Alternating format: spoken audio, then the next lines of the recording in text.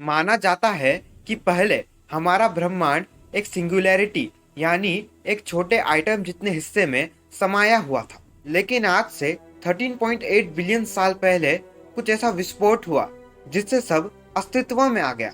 इस घटना को बिग बैंग के नाम से भी जाना जाता है। इसके बाद ही ब्रह्मांड काफी तेज गति से फैलने लगा। लेकिन क्या हो अगर मैं आपसे कहूँ कि ये उतनी ही तेज गति से सिकुड़ भी रहा है और दिन प दिन हमारे लिए छोटा होता जा रहा है। शायद आपको मेरी बातों पर यकीन ना हो रहा हो, लेकिन इस वीडियो को पूरा देखने के बाद आप मेरी बातों पर यकीन करने लग जाओगे। इस वीडियो में आपको सिर्फ यही नहीं बल्कि बारी बारी ब्रह्मांड के बहुत सारी चीजों के बारे में आपको जानकारी मिलने वाली है। तो वीडियो को एंड तक देखना ताकि आपको पूरा नॉलेज मिल पाए। तो आज का वीडियो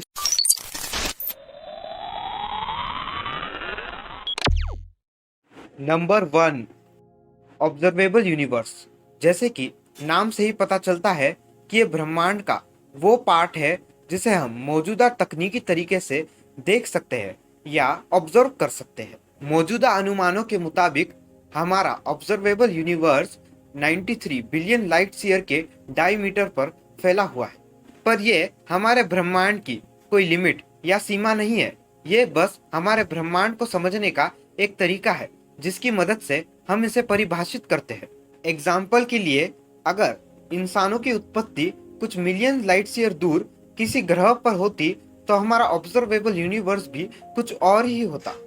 नंबर 2, हमारा मिल्की वे गैस, डस्ट और मैटर का एक बड़ा कलेक्शन है जो लाखों लाइट ईयर के क्षेत्र में फैला हुआ है। अनुमान के मुताबिक इसमें करीब 100 बिलियन स्टार्स मौजूद है जो सेंटर ए का चक्कर लगा रहे हैं। पर हमारी मिल्की वे इस बड़े से ब्रह्मांड में बस एक रेत के दाने जितनी ही बड़ी है। मिल्की वे असल में एक क्लस्टर का हिस्सा है जिसे लोकल क्लस्टर के नाम से भी जाना जाता है।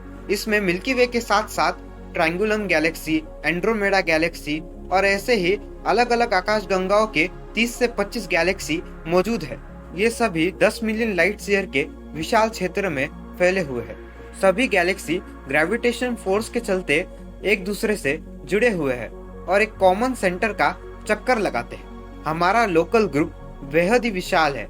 लानिकिया सुपर क्लस्टर में मौजूद एक आम सा क्लस्टर है जहां इसके साथ ही हमारा पड़ोसी विर्गु क्लस्टर और इसके साथ ही 1000 से भी ज्यादा क्लस्टर्स मौजूद है जिनमें अलग अलग टाइप और आकार के 10,000 से भी ज्यादा गैलेक्सी मौजूद है जो कि 500 मिलियन लाइट ईयर के क्षेत्र में फैले हुए हैं।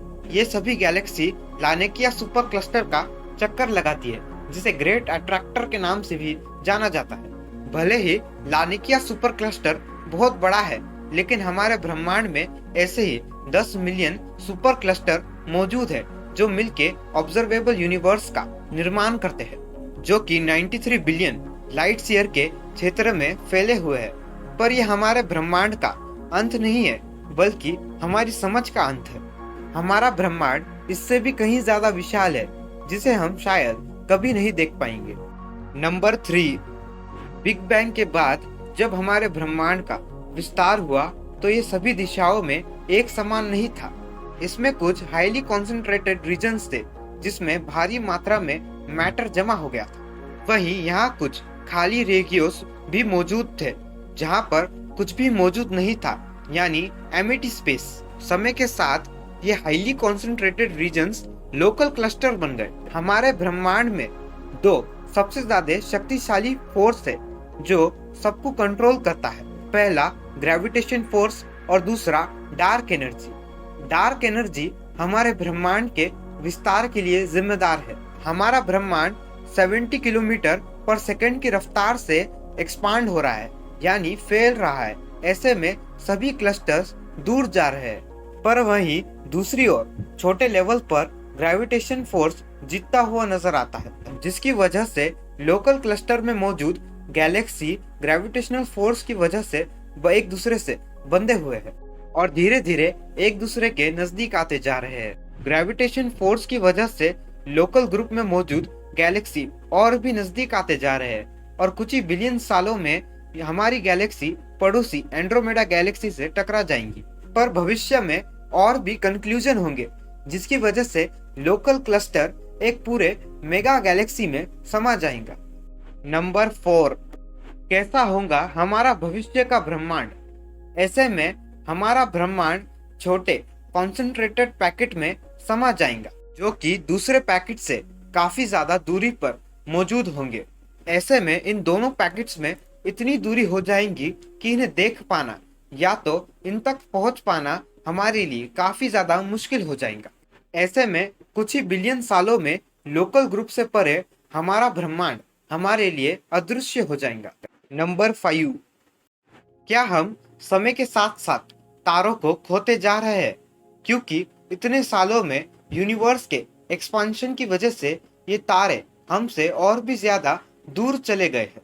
ऐसे में एक समय ऐसा भी आएगा ये तारों से निकलने वाली रोशनी हम तक नहीं पहुंच पाएंगी, यानी कि ये हमारे ऑब्जर्वेबल यूनिवर्स से बाहर चले जाएंगे। हमारा ऑब्जर्वेबल यूनिवर्स हमेशा से ऐसा ही है, लेकिन ये हमारा ब्रह्मांड काफी तेज गति से फैल रहा है, जिसकी वजह से हम हर सेकंड हजारों तारों को खोते जा रहे हैं। नंबर 6, समय के साथ साथ छोटा हो जाएगा हमारा ब्रह्मांड। इसे और भी आसान भाषा में समझने के लिए कह सकते हैं कि समय के साथ साथ हमारा ऑब्जर्वेबल यूनिवर्स छोटा होता जा रहा है, यानी ऑब्जर्वेबल यूनिवर्स श्रिंक होता जा रहा है। इसे रोकने का एक तरीका है, जब हमारे यूनिवर्स का एक्सपांशन किसी एक्सटर्नल फोर्स की वजह से रुक जाए। ऐसे में उस अनऑब्जर्वेबल यूनिवर्स की लाइट हम तक पहुंच जाए और हम उन्हें देख सके और उस पर अध्ययन कर सके। लेकिन ऐसा होना नामुमकिन है, क्योंकि हम पहले ही हमारे ब्रह्मांड के एक बड़े से भाग को खो चुके हैं, जिन्हें हम अभी नहीं देख सकते। अगर यूनिवर्स का एक्सपांशन नहीं रुकता है तो धीरे धीरे ऑब्जर्वेबल यूनिवर्स एक विशाल क्षेत्र में फैल जाएगा और सभी गैलेक्सी उनके बीच मौजूद ग्रेविटेशन फोर्स की वजह से छोटे छोटे लोकल क्लस्टर और स्मॉल पैकेट्स में बढ़ जाएंगे, जहां इनका कंक्लूजन और मेरगर होगा। और धीरे धीरे समय के साथ साथ दो लोकल क्लस्टर्स में दूरी इतनी बढ़ जाएगी कि हम दूसरे लोकल क्लस्टर को देख नहीं पाएंगे और हमारा ऑब्जर्वेबल यूनिवर्स सिमट कर हमारे छोटे लोकल क्लस्टर तक ही सीमित रह जाएगा। हम बाकी यूनिवर्स से हमेशा के लिए कट जाएंगे। इस कभी ना खत्म होने वाले ब्रह्मांड से हमारा नामो निशान मिट जाएगा और सब तरफ बस अंधेरा ही रहेगा। आज की इस वीडियो में मैंने आपको ब्रह्मांड के बारे में कुछ ऐसी नॉलेजेबल चीजें बताई है जो कि आपको स्कूल्स में भी जानने को नहीं मिलता। आपको ये वीडियो कैसी लगी नीचे कमेंट बॉक्स में जरूर बताना। और हाँ, अब से वीडियो रेगुलर भी आएंगी। तो फ्रेंड्स, मिलते हैं हमारे अगले और मजेदार वीडियो में।